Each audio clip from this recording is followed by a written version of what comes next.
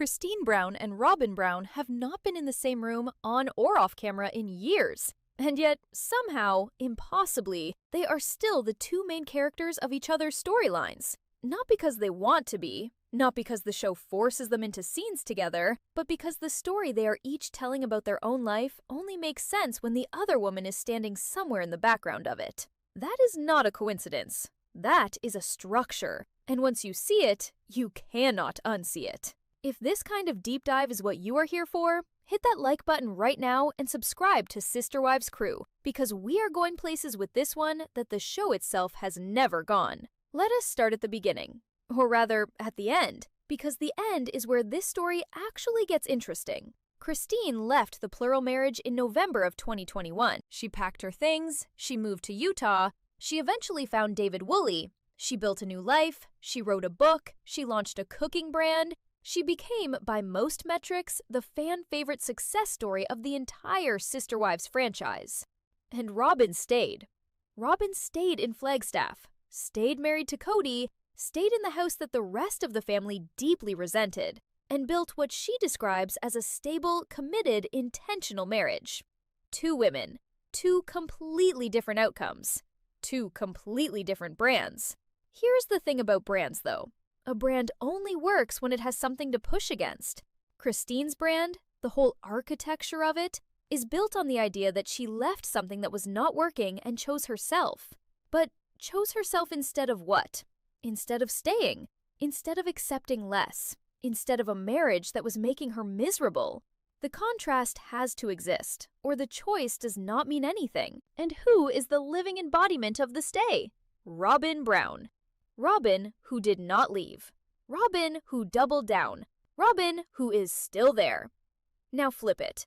Robyn's brand, the version of herself that she has been constructing on camera for the last several seasons, is built on stability, on intentionality, on the idea that her marriage survived because she and Kody both chose it.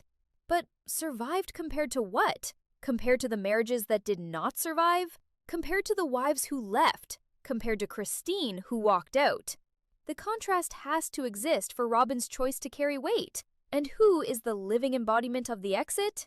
Kody Brown. Kody, who left. Kody, who chose differently. Kody, who built something new. Neither of these women will say this out loud. Neither of them will sit down in a confessional and say, I need the other woman's storyline to keep my own storyline coherent. But they do.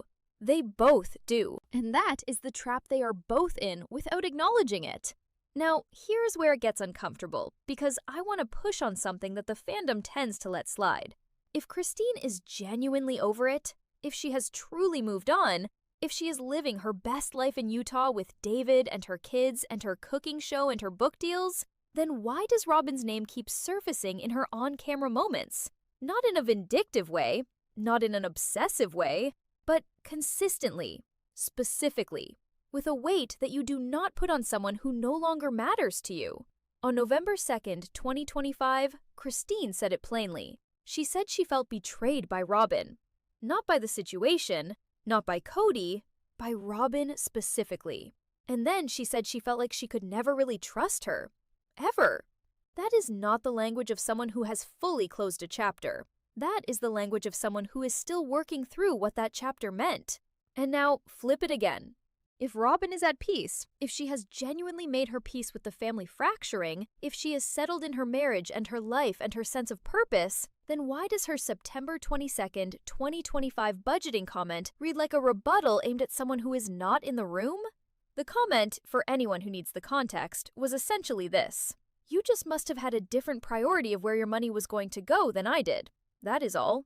On the surface, that sounds calm, almost diplomatic, but read it in context, read it against what Kody has said about financial strain, about feeling like resources were being funneled unevenly, about feeling like some wives were prioritized over others, and suddenly that sentence is not calm at all. That sentence is an answer to a years-old argument. That sentence is Robyn still having a conversation with Kody that Kody is not present for.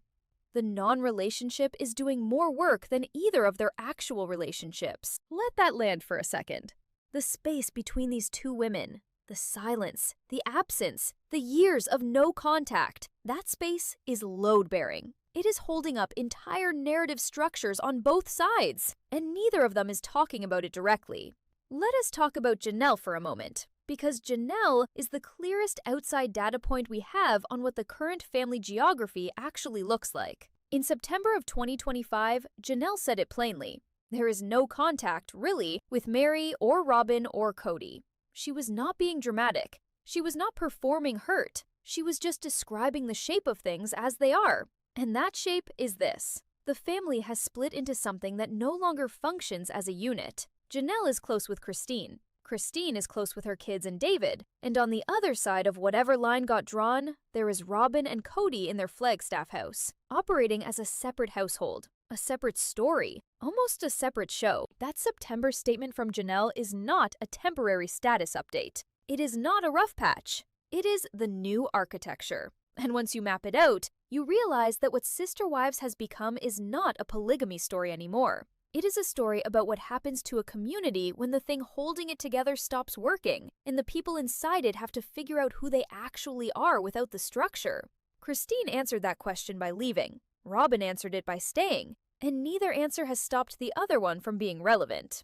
Here is where I want to get into something a little more analytical, and I want to flag clearly that what I am about to say is my read, my interpretation, not established fact. But I think it explains a lot about why audiences respond to these two women so differently. Christine processes by naming things on camera. When something happened between her and Robyn, when she felt betrayed, when she felt excluded, when she felt like the relationship was not what she thought it was, Christine named it. She put words on it. She said, "This is what I experienced. This is how it felt. This is what I believe happened." That is a very specific emotional processing style. It requires specificity. It requires the speaker to identify what actually occurred and call it something. Robyn processes by reframing things on camera. When something happened that was painful or contested or complicated, Robyn tends to zoom out. She generalizes. She makes it about priorities or choices or circumstances rather than about specific actions or specific people. You just must have had a different priority of where your money was going to go. That is not a description of a betrayal. That is a reframe of a conflict into a neutral difference of values. Neither of these styles is wrong. Neither of these women is bad at feelings. But here is what makes it structurally fascinating. These two processing styles can never actually meet. Christine names a behavior and calls it betrayal. Robyn reframes the same situation and calls it a different set of priorities. There is no common ground there. There is no vocabulary they share. Christine is describing an injury. Robyn is describing a misalignment. Those are not the same story, and you cannot reconcile them because they are not operating from the same frame of reference. That is not a feud. A feud implies ongoing conflict, ongoing engagement, ongoing hostility. What Christine and Robyn have is not a feud. It is a system. A perfectly functioning, self-sustaining system in which two women can keep being the central figures in each other's stories without ever having to actually confront each other in real time. The camera makes it possible. The editing makes it possible. The structure of the show makes it possible. And honestly, I think both of them have figured that out, even if neither of them has named it.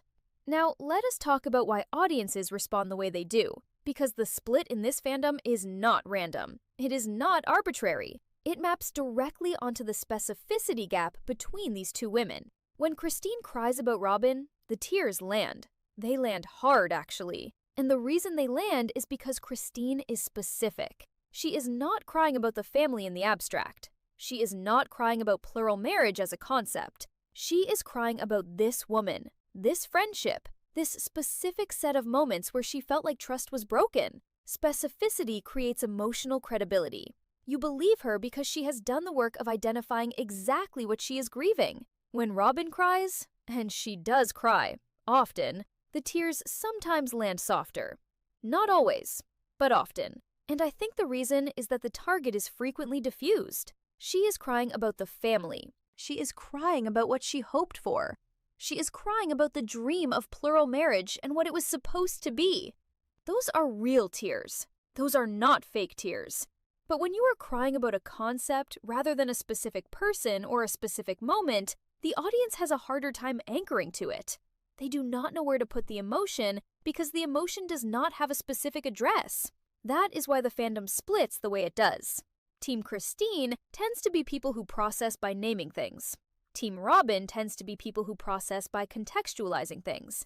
And neither side can fully understand the other because they are using different emotional languages. Which is, if you think about it, exactly the same problem Christine and Robyn have with each other. Let us pull back to the biggest picture, because I think the thematic irony of this situation is genuinely striking, and it has not been said enough. Sister Wives. The show, the premise, the entire reason this franchise exists was built on the idea of sisterhood. Not just marriage, sisterhood. The idea that these women were not just co-wives, they were sisters. They were a chosen family. They were a community of women who supported each other in ways that traditional marriage structures did not allow for. That was the pitch. That was the thesis. That was what made the show feel different from other reality programming when it first launched. The two women who would have had to actually become sisters for that thesis to work are the two women who never managed it. Christine and Robyn, the original wives and the newcomer, the woman who had been there longest and the woman who changed the family's center of gravity when she arrived. The show's premise did not fail in a courtroom, or in a financial collapse, or in a custody dispute. It failed in their living room. It failed in the small daily moments where two women were supposed to be building something together, and instead were building parallel walls. Sister Wives sold sisterhood. Christine and Robyn are the evidence that the product did not work as advertised. And the show has been living with that evidence for years now, which is why it keeps returning to it, keeps circling it, keeps finding new angles on a rupture that never actually healed. So where does this go? What is the endgame of a non-relationship that is this load-bearing? There are really only two possibilities. Either Christine and Robyn end up in the same room before this show concludes its run, or they do not. And both outcomes have significant consequences for the narrative. If they reconcile, if there is some kind of season finale moment where these two women sit across from each other and actually speak, the show gains an emotional climax that could be genuinely powerful, but it also loses something. It loses the engine, the tension between them, the parallel lives, the mirror structure. That is what has been driving the quieter, deeper storyline of this show for years. If you resolve it, you collapse a load-bearing wall. The structure changes, and shows that collapse their central tensions before they are ready to end rarely recover cleanly. If they never reconcile, if the show ends with Christine in Utah and Robyn in Flagstaff, and the two of them having not spoken in however many more years it takes to get to a finale, then the show ends with its central emotional argument unresolved, which might actually be the most honest ending available to it. Because some things do not resolve. Some walls do not come down. Some ruptures just become the new shape of things. Christine and Robyn don't have to ever speak again for this story to keep going. The story is the not speaking. Think about what it means that a show about family, about togetherness, about choosing each other across extraordinary circumstances, has its most durable storyline located in the silence between two of its central figures. Think about what it means that the most structurally interesting relationship in the Brown family is the one that does not exist anymore. Think about what it means that audiences are more invested in what Christine and Robyn are not saying to each other than in almost anything that is being said on screen.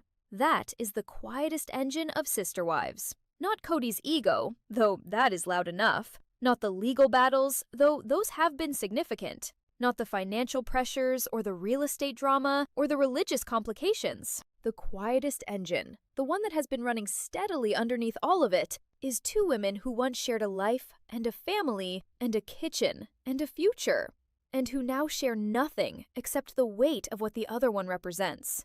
Christine represents to Robyn the exit, the proof that leaving was possible, the evidence that the structure of their family was not sustainable for everyone inside it. Every time Robyn talks about the stability of her marriage, the shadow of Christine's departure is part of what she is speaking against. Robyn represents to Christine the reason, the explanation for why staying felt impossible, the person whose presence in the family shifted something so fundamentally that Christine eventually could not find herself in the family anymore. Every time Christine talks about her freedom and her new life, the shadow of what she left is part of what she is speaking toward. They are each other's ghosts. Not in a haunted, dramatic sense, in a structural sense. in the sense that they are each carrying around a version of the other woman that has not been updated in years, and that version is doing enormous narrative work in each of their stories. And here is the last thing I want to say before I give you the CTA, and I think this is the most important thing. The audience is not split on Christine and Robyn because one of them is right and one of them is wrong. The audience is split because both of these women are telling true stories. Christine's experience of betrayal is real. Robyn's experience of trying to hold something together is real. Neither of them is lying. Neither of them is performing something that did not happen, but their truths are incompatible. They cannot both be the full story. And because neither of them will ever sit across from the other and actually work through it on camera, we never get the version of events where the two truths are forced to account for each other. That is the show's great unfinished business. Not whether Kody will apologize, not whether Janelle will fully move on, not whether Mary will find peace. The great unfinished business of sister wives is Christine and Robyn in the same room, telling the same story from opposite ends for the first time, with the other one actually present to hear it. Whether that ever happens is the only question left that I genuinely do not know the answer to. And that uncertainty is the reason this show still has me watching. That is the reason you are still here. Because some stories grip you not because you know how they end, but because you cannot stop wondering if they ever do. Drop a mirror emoji in the comments right now if you think these two end up in the same room before the show is over. Drop a no symbol if you think they never do. I am genuinely curious where this community lands on that, and I read every single comment on this channel. And subscribe right now, because the next video I am building is a full Christine versus Robyn timeline, side by side, year by year, moment by moment. Every significant on-camera beat, every quote that lands differently when you put it next to what the other woman said, every point where their paths almost crossed and did not. It is going to be a long one. It is going to be a detailed one. And if this video resonated with you, that one is going to hit different. I will see you there.